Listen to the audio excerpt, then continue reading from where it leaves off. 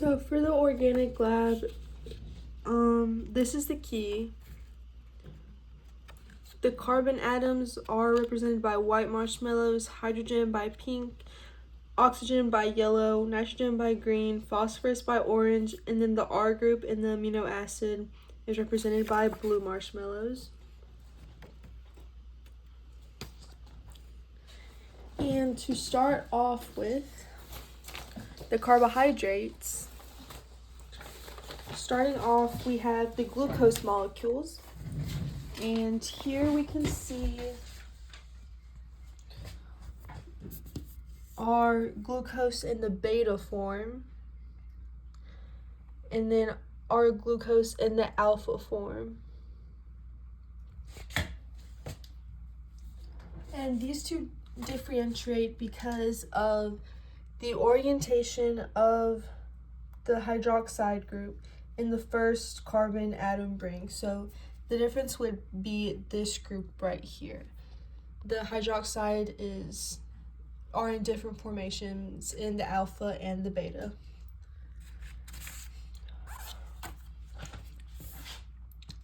This would be a fructose molecule.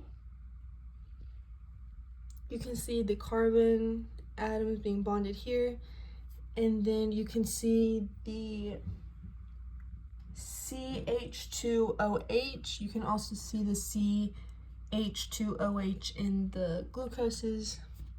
This is the fructose. And then for the formation of sucrose would be fructose and glucose being combined. So for sucrose, this would be the glucose, this would be the fructose. And the sucrose, you would take water out of the glucose and fructose, and then when you take the H2O out, there's only oxygen left, and this would be the final sucrose molecule once you take out the water from the glucose and the fructose. So this is the sucrose. And then to explain a polysaccharide is a complex carbohydrate made up of many monosaccharides chemically bonded together in long chains. So for example, this would be a polysaccharide because it's made up of many monosaccharides, being the fructose and the glucose, and they are chemically bonded together in a long chain. To show the maltose would be two glucoses bonded together. So in maltose, you would be able to take two glucoses, and if you were to add water to maltose, you would get two separate glucose molecules. But if you were to remove water, you would be able to get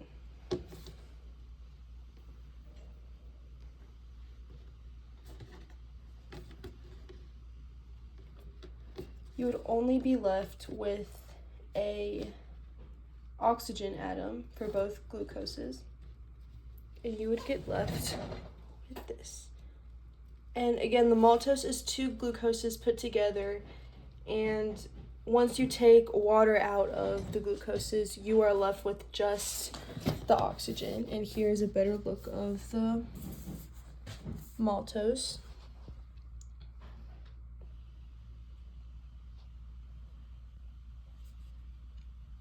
Again, maltose is just two glucoses bonded by an oxygen, and it's an oxygen because once you take out the H2O, the oxygen is all you have left. And for the carbohydrate group, carbohydrates are usually responsible for being a source of energy for cells and providing structural support in some organisms. The chain structures in carbohydrates stores a lot of chemical energy in bonds, and the formation of carbohydrates allows for them to be quickly broken down by enzymes during cellular respiration to release ATP. And the long chains in carbohydrates also make for efficient storage, allow carbohydrates to be efficient storage molecules. Moving on to lipids, this would be a saturated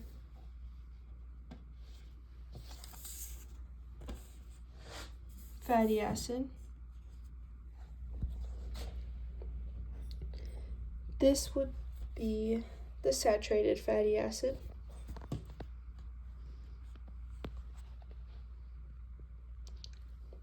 As you can see, it has the oxygen, the hydroxide, the carbon atoms being bonded, and there are no double bonds.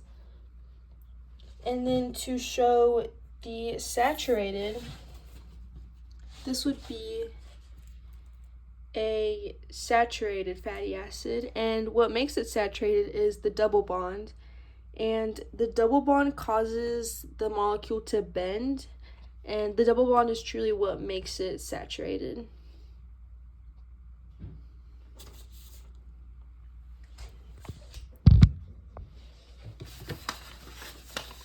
And then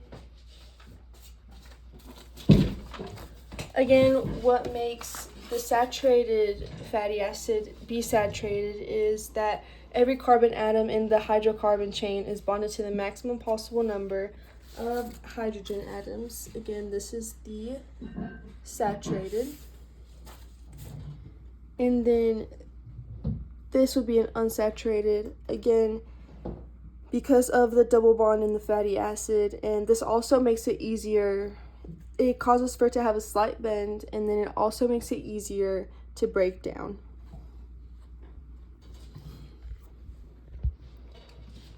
And then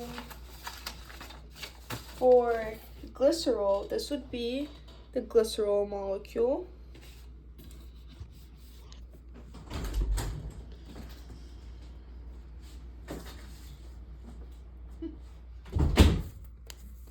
This is the glycerol molecule.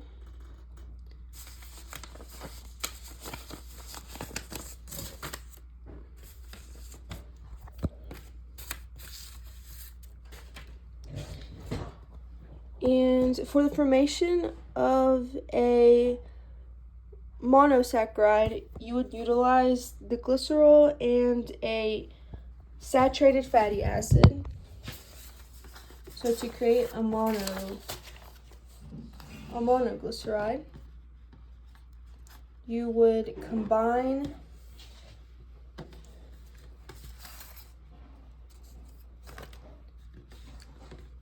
the glycerol and the saturated fatty acid.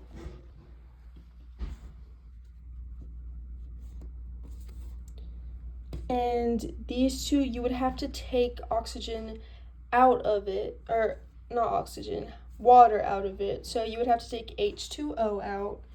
And once we are able to take H2O out, we are left with a monoglyceride. This would be the final monoglyceride. We have the glycerol here, and then with the removal of water, you have the oxygen here, and then the saturated fatty acid chain. And then for a triglycerol, you would just have to combine 3 saturated fatty acids to the glycerol. So the same thing would just be repeated 3 times. For each fatty acid chain, you would have to take out a water and combine them together. Excuse me.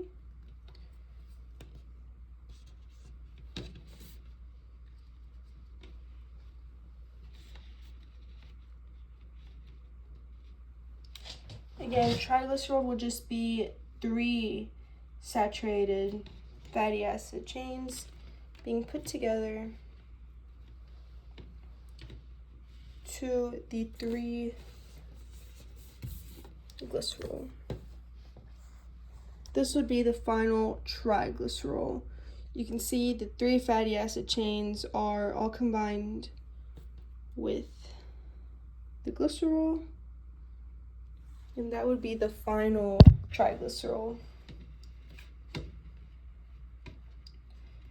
And then for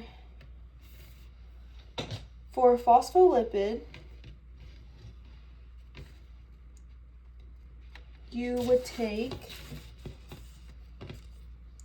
a phospholipid also contains of a phosphate group, the orientation of a glycerol, and then it would be composed of 2 fatty acid chains, saturated fatty acid chains. This would be the final phospholipid. Here we have the phosphate group, the glycerol, and then the 2 fatty acid chains. Here you can see the double bonds of the oxygen, and then here you can see the saturated fatty acid chain. And here you can also see that they are at least 8 carbons long. This would be the phospholipid.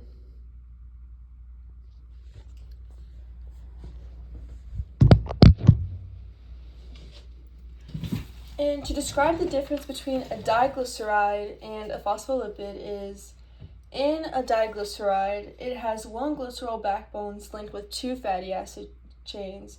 And then in a phospholipid, it has a glycerol backbone linked with 2 fatty acid tails and a phosphate group within the phospholipid. And that truly is the main difference between a diglyceride and a phospholipid, is the phosphate group in a phospholipid.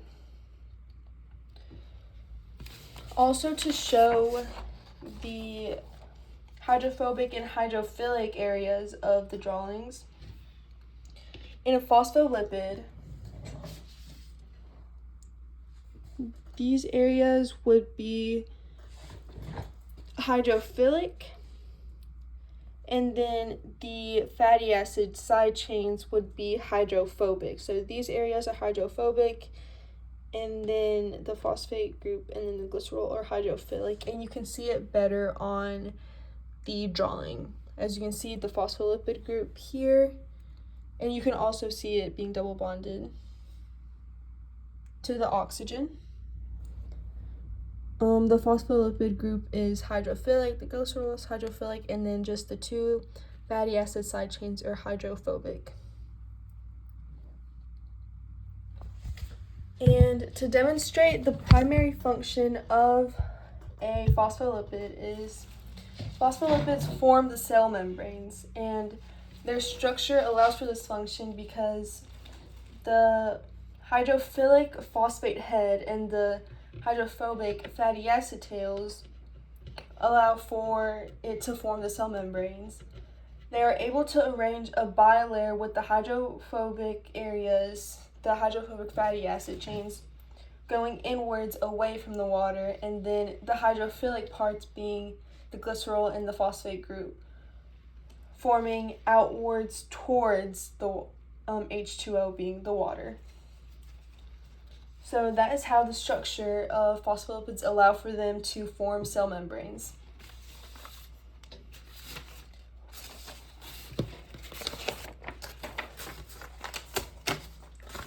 Moving on to proteins.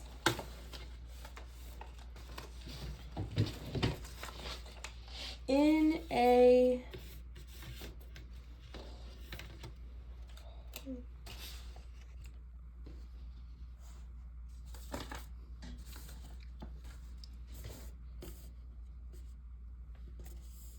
This would be a generalized amino acid.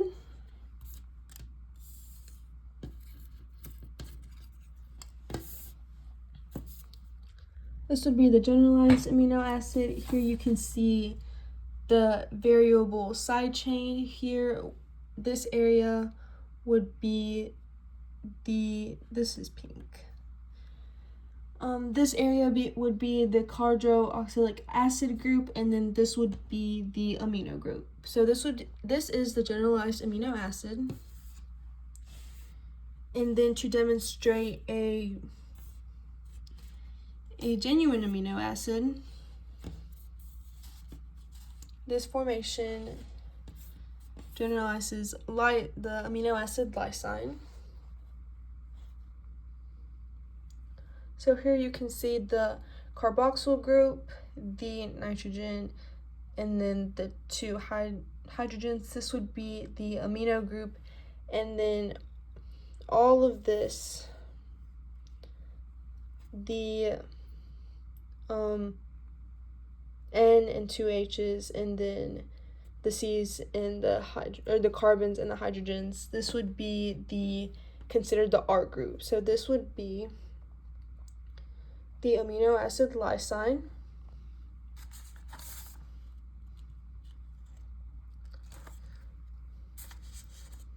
And then for the formation of a dipeptide,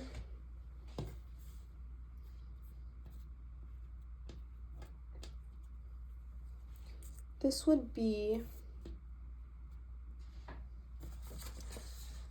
the dipeptide.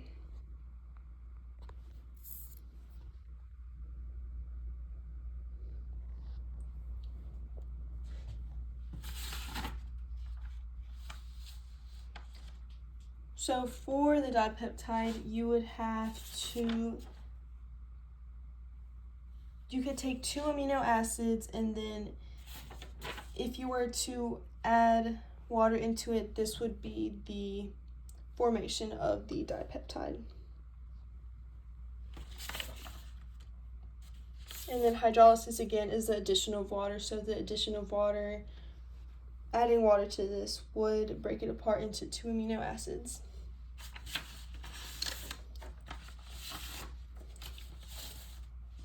Moving on to the nucleic acid group.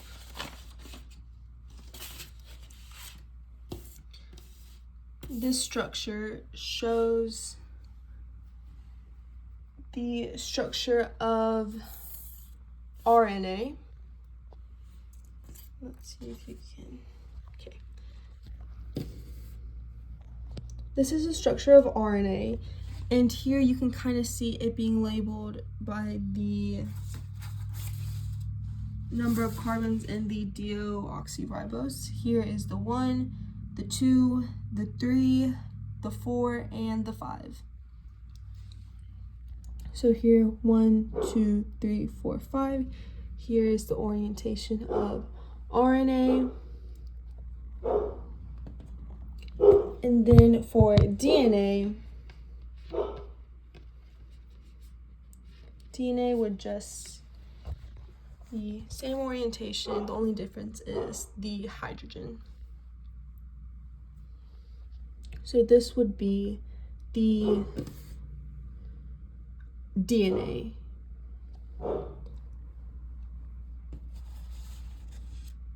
And the main difference between the RNA and the DNA is the DNA has this hydrogen, and then the RNA has the hydroxide here. So again, this is the DNA. And the DNA as a whole would be considered a polymer, and then the nucleotides would be considered monomers, but the DNA as a whole would be considered a polymer, and the nucleotides would be considered monomers. And again, the difference between deoxyribose and ribose is in ribose it has a hydrogen atom, and deoxyribose has a hydroxide atom on the 2 carbon atom. So again, the difference is here on the 2 carbon atom. In the 2 carbon atom in ribose it has hydroxide, and the 2 on DNA has hydrogen.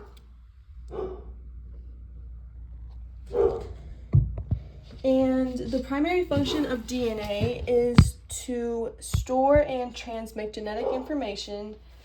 And the structure of DNA enables this because the hydrogen bonds allow for the structure to be strong enough to maintain a helix structure, but also allow for it to be able to be broken up to be able to replicate or access genetic information. So the hydrogen bonds allow for it to be strong enough to hold the structure, but also allows for it to be able to be broken up to, again, replicate or access genetic information. So it's able to be rearranged when needed.